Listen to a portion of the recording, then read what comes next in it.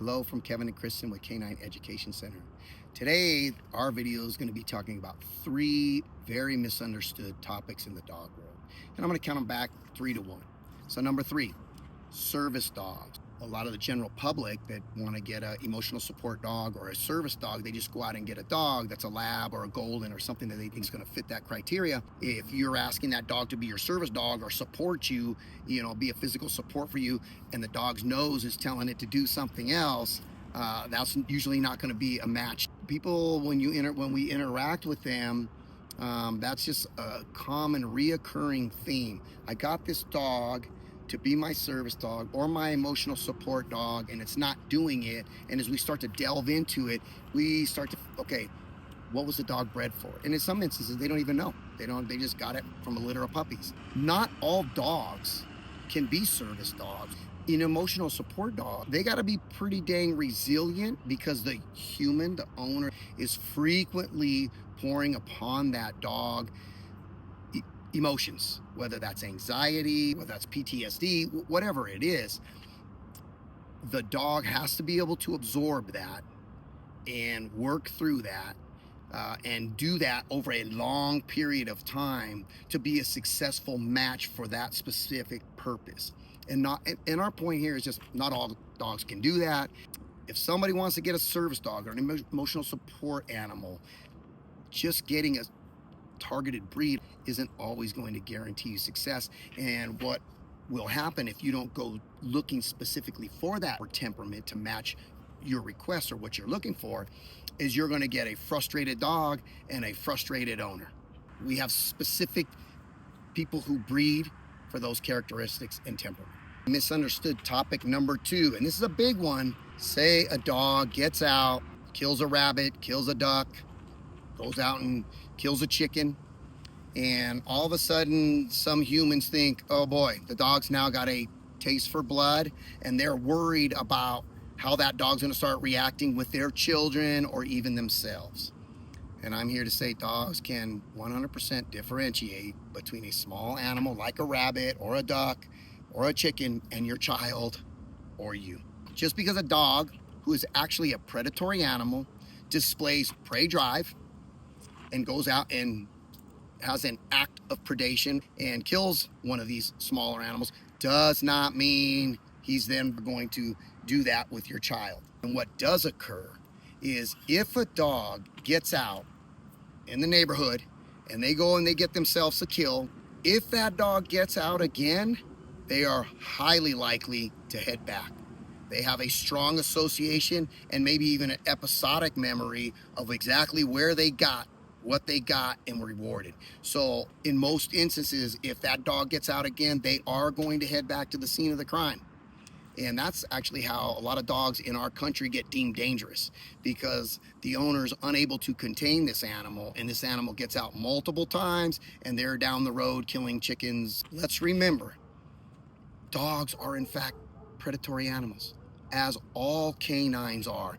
Recently, I've even read in an article, one of our big groups or organizations were saying, don't use the word prey drive. And I think that's just absolutely silly. That's a scientific fact. Dogs are predatory animals. And all these other canines, the wild dogs of Africa, wolves, coyotes, etc., they're out doing hunting. They are driven by their genetics to have prey drive. Huskies are well known to have higher prey drive. Terriers, they're going to have a higher prey drive. That's what they were bred for, to get after vermin. Okay, so, but it does not mean your dog is now a threat to humans. That's a misunderstood topic. Misunderstood topic number 1, behavior and training are in fact 2 different things. Behavior is more of a lifestyle. Training, on the other hand, is trying to get a dog to do something that doesn't come natural for it. Something as simple as sit or shake or place or stay. In fact, that's not a natural act. You won't see other canines like wolves or coyotes or even feral dogs for that matter. If you come across these feral dogs, they don't sit. Through domestication, we humans have taught the domestic dog to sit, to place, to shake, to do all these things. And that's where positive reinforcement comes in. Positive reinforcement to get a dog to do something that's unnatural for it, to reinforce that behavior or that action. because dogs learn through association. That's a universal belief. Also, another area where it's very helpful, I should say, is when you're introducing foreign objects like muzzles or a tool that might not be normal to the dog. We just take it for granted as humans because we've domesticated the dog, so the dog should be able to put a muzzle on and wear this and do that. There's a process that we have to help these animals through, and that's where positive reinforcement training comes in very beneficial.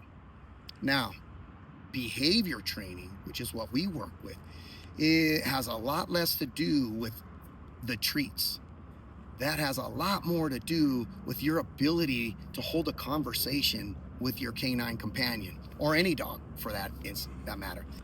Behavior, as I stated earlier, is a lifestyle. In fact, you will need to sprinkle it in, all kinds of little subtleties throughout the dog's day on a regular basis, and it just becomes imprinted, therefore becomes a routine, therefore becomes standards and expectations, and therefore becomes a lifestyle. And then you have a dog whose behavior is befitting of what it is you want to do. So behavior training, on the other hand, is tapping into what the dog instinctually or naturally can read and process. And there's really 7 primary processors for every dog that walks the face of the earth.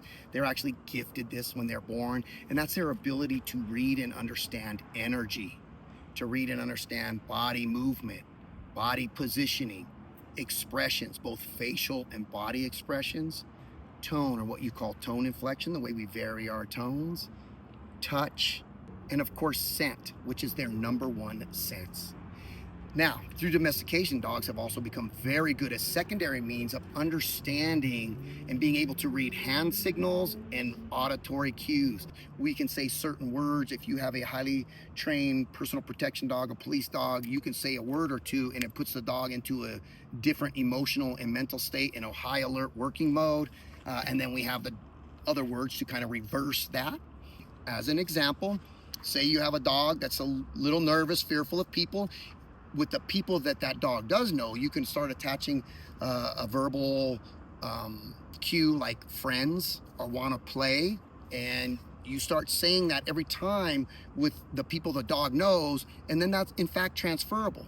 As soon as that imprint takes, you can start introducing other people with friends or want to play, and that can help move the dog into a better emotional state, ready to engage because of the association the dog has made to that verbiage. So behavior training is going to work with what a dog understands naturally. With behavior training, it's really just going to boil down to how well can you hold a canine conversation.